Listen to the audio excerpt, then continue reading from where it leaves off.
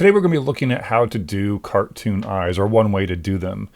Doing regular eyes like this, not a problem. This is just a sphere with basic materials on there, and we're ready to go. Obviously, we just need to do a whole bunch of modeling to make this look integrated into the face, but the eyes themselves, easy.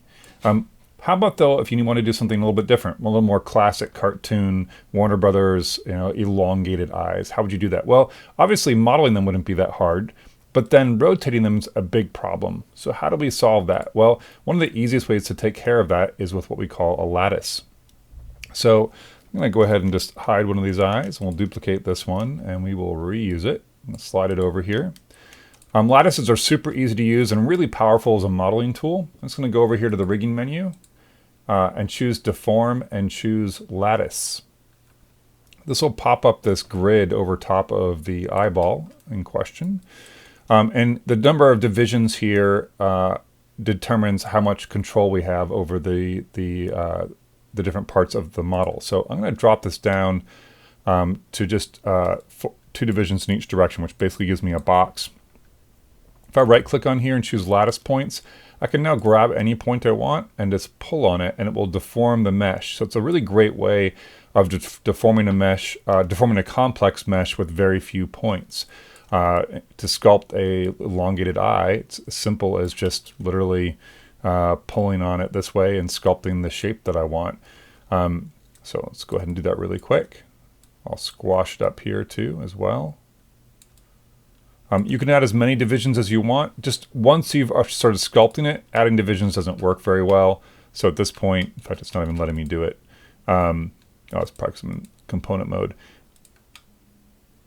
Yeah, it's still not letting me do it. So you got to do the divisions up front before you start moving things around. If you make a mistake, you can just undo, not a big deal. It's worth noting that these are kind of connected. If I were to move the eyeball outside of here, you'll see it only is affected when it's inside the mesh. And likewise, if you move the lattice, it will move with it. If you move the lattice base over here, it'll kind of have a reverse effect of moving the object itself. So it's kind of several systems at once here. If you want to move this as a unit, you need to actually group these things together to get it to work. So I'm just going to call this eye.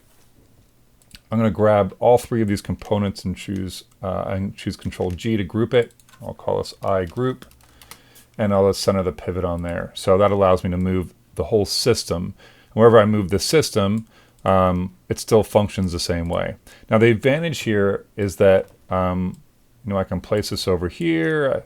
I'll take a second and just kind of line it up. Of course, this is the problem with the giant eyes, is trying to get them to line up correctly. Here, I'll just stick them up top. Why not? We'll just go with them popping out of the head. The advantage here is that even with them like this, squash, as long as they're inside the box, I can move the eye, and you'll see that it automatically deforms to maintain that shape. So it looks kind of weird here. It's like it's kind of playing some mind tricks. But if I actually put some lids on here and sculpt it around this, you'd actually have an eye that functions and moves like an eye and maintains that shape. So you don't have to worry about the skin of your character constantly getting deformed by an eye that's moving strangely. If you want to make 2 eyes of the same type, the same kind of shape, you can grab your group node and just choose Edit, and then Duplicate Special, Option Box, and I'll just choose Edit and Reset Settings here. And all I want to do is just make a copy. I'll group it under the world, and the important thing here is duplicating the input. Duplicating the input graph. So this will make a duplicate of this entire system. Here we go, eye group 1, and now I should have 2 eyes. I can play with them a little bit. And, but the nice thing is, again, is that they will still maintain their shape even though they're rotating. So that's the real advantage here. And of course, if you're going to sculpt it, you can sculpt around it, whatever you need to do at this point. But this at least gives you the option to make any shape that you want. Coincidentally, a couple extra tips, I guess. The head, quote unquote, that I made here, I also made by deforming. So if you do that same sort of idea,